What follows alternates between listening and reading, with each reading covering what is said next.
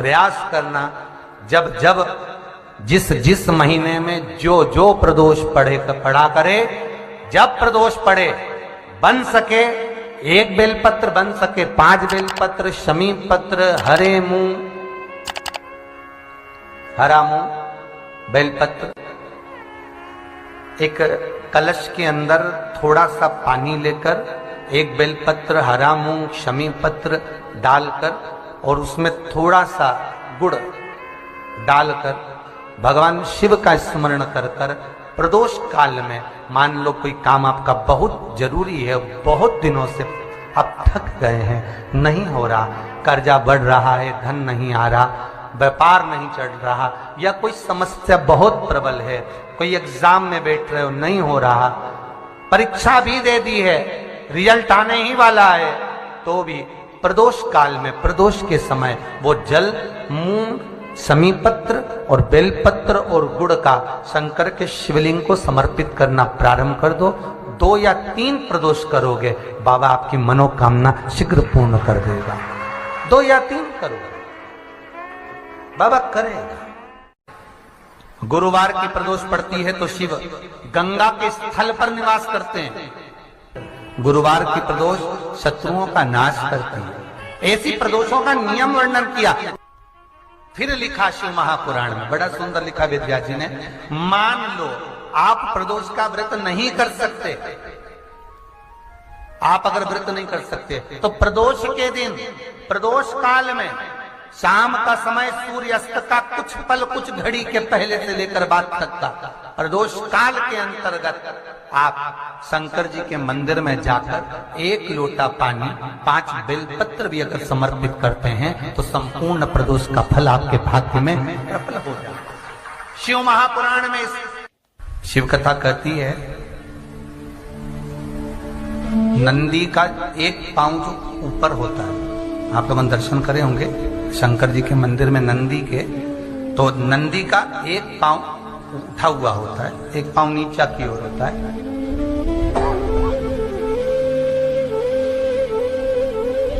शिव पुराण की कथा कहती है, मान लो कोई हड्डी से जुड़ा हुआ रोग, नेत्रों से जुड़ा हुआ, मस्तिष्क से जुड़ा हुआ कोई रोग रहता है, तो एक नीले कलर का फूल आता है महाराज, उस फूल में हल्दी डालकर गुरुवार का प्रदोष पड़ने पर जो नंदी के पांव के पास समर्पित कर देता है महाराज, उसका रोग धीरे धीरे समाप्त होने लगता है। लिंग पुराण कहती है कि नंदीश्वर भगवान के सामने जो पुष्प समर्पित करा जाता है उसको, ये तो लिखा था स्कंद पुराण और शिव पुराण, लिंग पुराण कहती है जो फूल आपने समर्पित करा उसको लाकर पानी की बाल्टी में डालकर आप स्नान भी कर सकते हो, उससे भी हड्डी के जितने रोग होते हैं उसमें आराम लगने लगता है। जैसे कहीं शरीर नहीं चल रहा, हाथ झुंड पड़ रहा है, हाथ काम नहीं कर रहा, हाथ में झुंझुनी आ रही है, कंपन आ रहा है, उसमें भी ये प्रयोग का पर होना चाहिए बृहस्पतिवार की प्रदोष। कौन से बार की? बृहस्पतिवार, गुरुवार की प्रदोष। प्रदोष के दिन यदि आपको कहीं से शमी पत्र मिल जाए, प्रदोष के दिन यदि कहीं से आपको शमी पत्र मिल जाए और प्रदोष काल में, प्रदोष का जो समय होता है, शाम का जो समय होता है प्रदोष काल, 4 प्रदोष 5 प्रदोष आप कर कर देखिएगा कि आपका कोई काम है, कोई नौकरी के लिए आप अप्लाई कर रहे हैं, कोई समस्या बड़ी विकट आ गई है, कोई तकलीफ विकट आ गई है, कोई समस्या विकट आ गई है, प्रदोष के प्रदोष काल में अगर 1 शमी पत्र भी आप घर के शिवलिंग को, अब ये करने के लिए आपको मंदिर के शिवलिंग नहीं जाना, अपने घर में जो शिवलिंग, चाहे वो स्फटिक का हो, पारद का हो, कंकर शंकर का हो, लकड़ी का हो, जो शिवलिंग तुम्हारे घर में, कांच का हो, चाहे वो नर्मदा के कंकर का हो, नर्मदेश्वर हो, पाषाण का हो, जो शिवलिंग, चांदी का हो, सोने का हो, तांबे का हो, पीतल का हो, जो शिवलिंग तुम्हारे,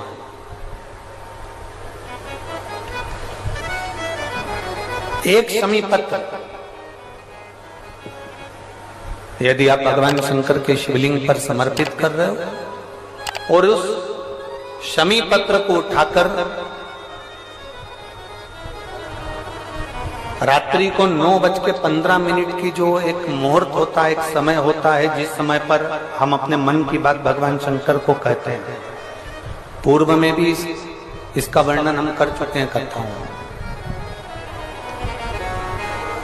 उस 9:15 पर वो शमी पत्र को उठाकर एक कागज में, एक कटोरी में उसको रखते हैं। 4 या 5 प्रदोष के उस शमी पत्र को अपने पास में रखिए और जिस कार्य के लिए जा रहे हो उसको जेब में ऊपर के भाग में उसको रखकर लेकर जाइए। आपका वो कार्य सफल होकर ही रहेगा, वो रुक नहीं सकता। तो शमी पत्र में इतना बल होता है, प्रदोष का जो शमी पत्र होता है वो बड़ा बलवान होता है, बड़ा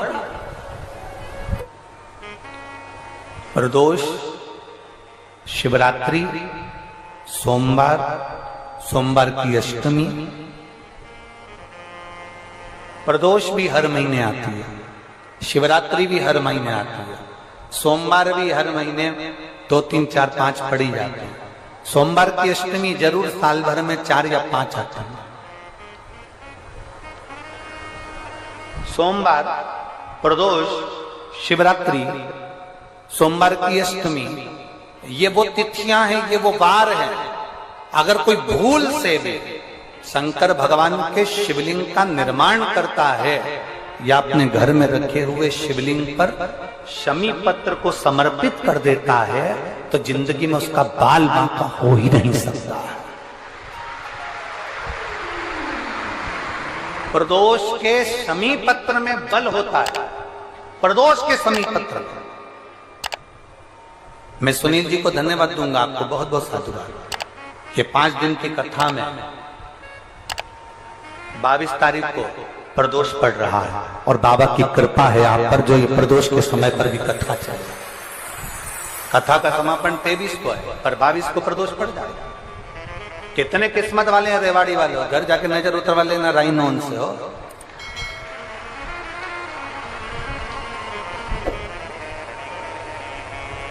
शिव की कृपा कितनी है आप। जिस प्रदोष व्रत का हम वर्णन करते हैं, जिस प्रदोष के दिन का आपको बधाई कल हमने दी थी कि प्रदोष की आपको बधाई हो। प्रदोष शाम का जो समय होता है, प्रदोष काल जो होता है, उसका वर्णन जब हम करते हैं, ये प्रदोष की पूजन का विधान किसने बनाया, ये प्रदोष की पूजन का नियम किसने बनाया, ये प्रदोष की संध्या काल का, प्रदोष के समय का पूजन का विधान कौन बनाया, ये प्रदोष के समय पर एक बेलपत्र चढ़ाने का विधान किसने बनाया, प्रदोष के समय पर एक शमी पत्र चढ़ने का विधान किसने बनाया। प्रदोष के समय पर अगर मान लो कोई भिखारी से भिखारी व्यक्ति भी है जो ठेला चला रहा है, उसके पास में खाने के लिए कुछ नहीं है, फटे कपड़े पहन रहा है, उसकी जिंदगी में कुछ भी नहीं बचा और कर्जे में लदालूम हो गया, एक चावल का दाना अगर वो प्रदोष के दिन, प्रदोष काल में शाम के समय पर शंकर के शिवलिंग पर चढ़ा देता है तो 3 या 4 प्रदोष में उसका कर्जा चूकना प्रारंभ हो जाता है। प्रदोष का विधान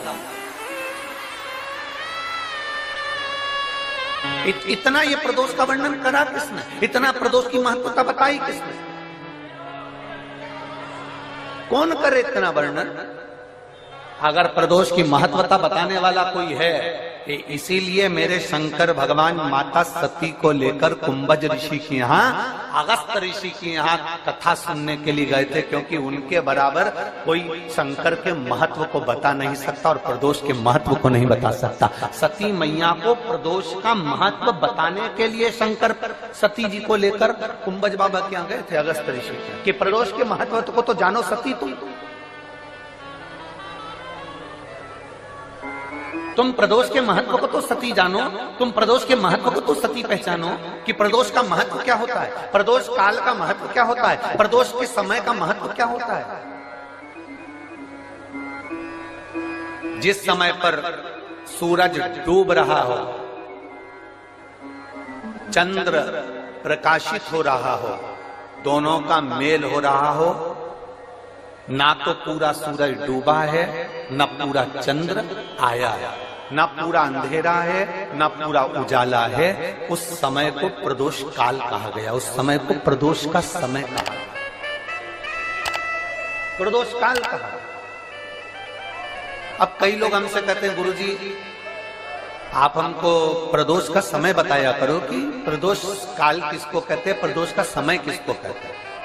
अब एक बात हम आप सबसे कहना चाहते हैं, जितने लोग आस्था चैनल पर सुन रहे हैं, जितने फेसबुक यूट्यूब पर सुन रहे हैं, और जितने रेवाड़ी की इस पवित्र धरा पर कथा को सुन रहे हैं, आप सबसे एक बात कहना चाहेंगे, अगर हम समय देखकर बताएं आपको कि शाम को 6 बजे, 6:30 बजे, 6:30 पे लेकर 7:30 के बीच में ये समय है, या 5:30 से लेकर 6:30 तक का ये समय है, या हम तुमको बोल दें कि इतनी बजे ये समय प्रदोष काल का रहेगा, या इतनी बजे ये समय रहेगा, तो देखिए कभी कभी ठंड का समय आता है तो दिन जल्दी ढल जाता है, कभी कभी गर्मी का समय रहता है तो दिन बहुत लेट ढलता है।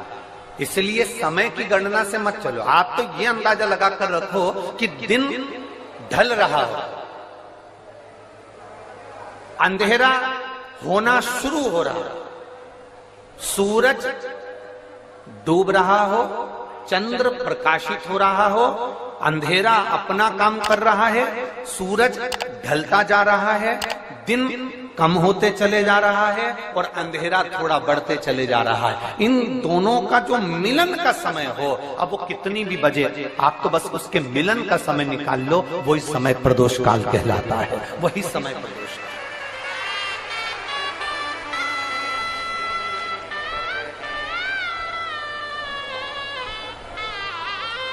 अब प्रदोष काल की पूजन का विधान किसने बनाया? कोई आपसे पूछे तो क्या बताओगे? जम के बोलो जल्दी से, कौन ने बताया था? अगस्त ऋषि। सबसे प्रदोष व्रत का नियम जो आप ले रहे हैं, प्रदोष व्रत को जो आप श्रवण कर रहे हैं, उसको जरा ध्यान से सुनिएगा। सबसे पहले स्नान ब्रह्म मुहूर्त का, सुबह का, उसके बाद में फिर आसन पर बैठकर भगवान की भक्ति को धारण करना, शंकर का अनुमोदन करना, शिव भक्ति में डूबे रहना, शंकर का स्मरण करना, शंकर के नाम का स्मरण करते रहना, ये प्रदोष का मूल तत्व। महाराज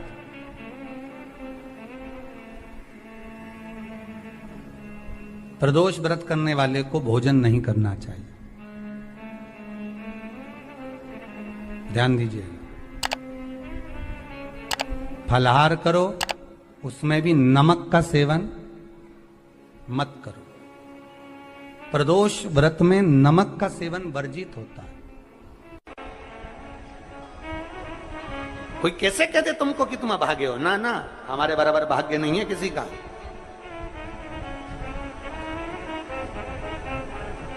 तुम्हारी ग्रह खराब है, तुम्हारे ग्रह खराब है। संभेश्वर महादेव का नाम, 7 कनेर के पुष्प, कितने? 7 कनेर मालूम है? ये रोड पर जो जाते हो डिवाइडर में पीला पीला फूल लंबा, जो कि पशु पक्षी कोई नहीं खाता, जहरीला फूल माना जाता है। कनेर के 7 फूल, एक बेलपत्र। जिस समय पर कनेर का फूल बेलपत्र के साथ चढ़ाया जाएगा तो 7 कनेर के पुष्प सीधी बेलपत्र पर आपको रखना।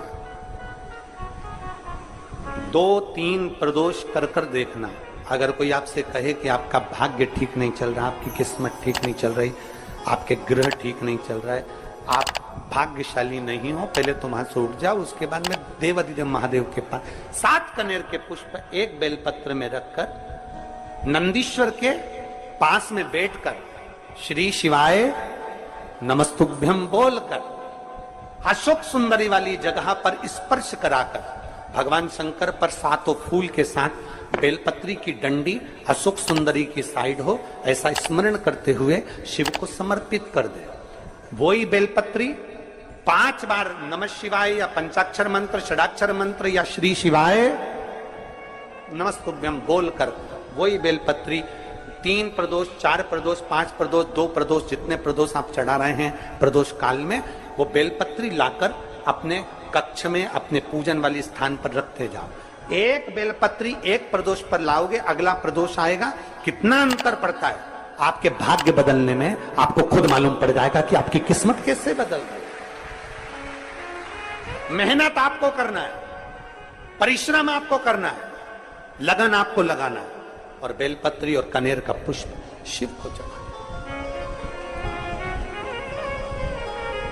चालू करो प्रदोष प्रदोष चढ़ाना और चढ़ाओ शंकर का भजन। यहां नहीं चढ़ा सकते, अपने घर पर चढ़ाओ, अपने शिवालय में चढ़ाओ, अपने देवालय में चढ़ाओ, अपने नजदीक में जो शंकर मंदिर वहां चढ़ाओ। आराधना शिव की। कोई कह दे तुमसे कि ये ठीक नहीं, प्रथम आप ये जो कनेर के फूल चढ़ाओगे ना, इसमें श्रंभेश्वर महादेव का भाव होना चाहिए। श्रंभेश्वर महादेव, फिर से एक बार बोलो, कौन से महादेव? श्रंभेश्वर। और फिर एक निवेदन, मान लो कि डॉक्टर कह दे कि बच्चे की धड़कन नहीं आ रही है,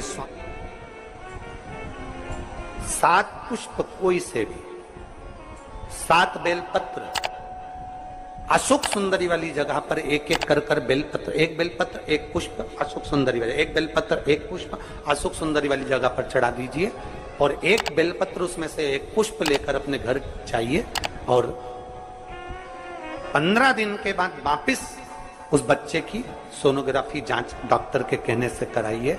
बाबा उस बच्चे की धड़कन, श्वास और शरीर पूरा देगा।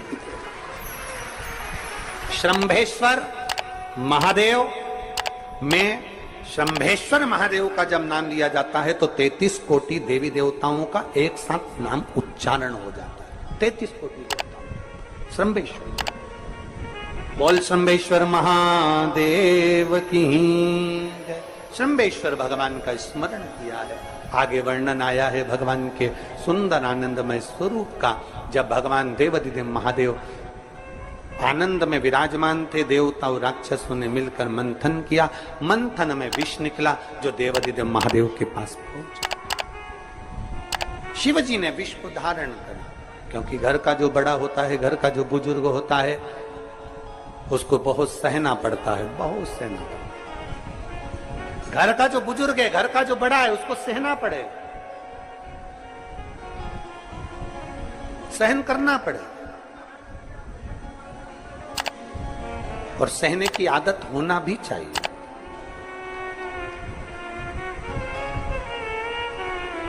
सहने की आदत होना भी चाहिए। सो जैसे तुम्हारे घर में बिजली है, अरे बोलो तो जम के, लाइट बिजली है। प्रत्येक घर में बिजली होती है, तो क्या प्रत्येक घर बिजली घर बन जाता है? जम के बोलो जरा।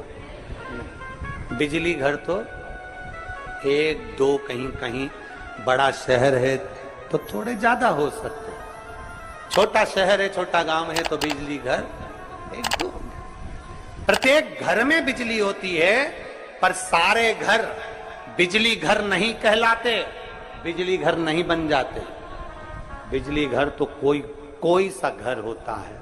उसी तरह ढेर सारे तुम्हें कथा करने वाले भी मिलेंगे, ढेर सारे तुम्हें ज्ञान देने वाले भी मिलेंगे, ढेर सारे तुम्हारे पास में, तुम्हें मोबाइल खोलोगे, टीवी खोलोगे तो ढेर सारे महाराज मिलेंगे, पर सब देवाधिदेव महादेव के भक्त नहीं मिल जाते। बड़ा कठिन होता, बहुत कठिन। प्रत्येक घर बिजली घर नहीं होता, उसी तरह घर में रहने वाला प्रत्येक व्यक्ति शंकर का भक्त नहीं होता। उस घर में रहने वाले 10 लोगों में, 15 लोगों में, 20 लोगों में, 25 लोगों में, 5 लोगों में, 10 लोगों में, 1 2 ऐसे होते हैं, 1 आध 2 ऐसे होते हैं जो शंकर की भक्ति में डूबे होते हैं, शिव के स्मरण में डूबे होते हैं। घर वालों को लगता है, घर वालों को लगता है कि काम पर काम हो रहे हैं, अच्छे अच्छे काम हो रहे हैं, खूब अच्छे काम हो रहे हैं, पूरे खानदान में अच्छे अच्छे काम हो रहे हैं। कई लोग कहते हैं इसकी कृपा हो गई, उसकी कृपा हो गई। ना, जो रोज तुम्हारे घर में से कोई एक व्यक्ति शंकर को जल चढ़ाने जा रहा है, ये उसकी कृपा है जो तेरे घर में आज सब कुछ आनंद होता चले जा रहा है। ये उसकी कृपा। अंत बिंदु मेरा शिव है। चंचुला देवी हाथ जोड़कर कहती है, प्रभु कृपा करिए। भगवान शिव विष पीकर नीलकंठधारी बन जाते हैं। अमृत पीने वाले देव कहलाए और विष पीने वाला देव अधिदेव महादेव कहलाए। महादेव। थोड़ा दुख आए तो चिंता न करना, बाबा कुछ अच्छा करने वाला होगा। थोड़ा कष्ट आए तो चिंता मत करना, बाबा कुछ अच्छा करने वाला होगा। जल्दी से काम नहीं निपटे, बहुत मेहनत करना पड़ रही है। हम 3 बार 4 बार कुबेरेश्वर धाम आ गए, 5 बार आ गए, बाबा कब सुनेगा? चिंता मत करना, फाइल थोड़ी मोटी है, पर थोड़ा समय लगाएगा, करेगा। किसी को खाली नहीं भेजता तो तुम्हें कैसे भेज दे? किसी को नहीं भेजा उसने खाली। ये इतने इतने एक बहन ने तो पूरी डॉक्टरों की 1 2 3 4 5 6 7 फाइल लगाई। 7 डॉक्टरों की, 7 डॉक्टरों की फाइल लगाई है। और सब डॉक्टरों ने कह दिया था कि तेरे घर संतान नहीं होगी, सुख नहीं। फिर भी शिव ने 1 साल नहीं, 2 साल नहीं, 3 साल नहीं, 4 साल नहीं, 5 साल बाद दिया।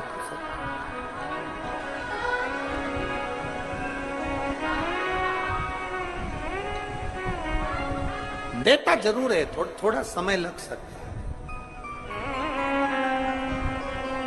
विष पीने के बाद भी बाबा का नाम नीलकंठधारी हो गया, त्रिपुंडधारी हो गया, त्रिकालदर्शी, कैलाशी, अविनाशी।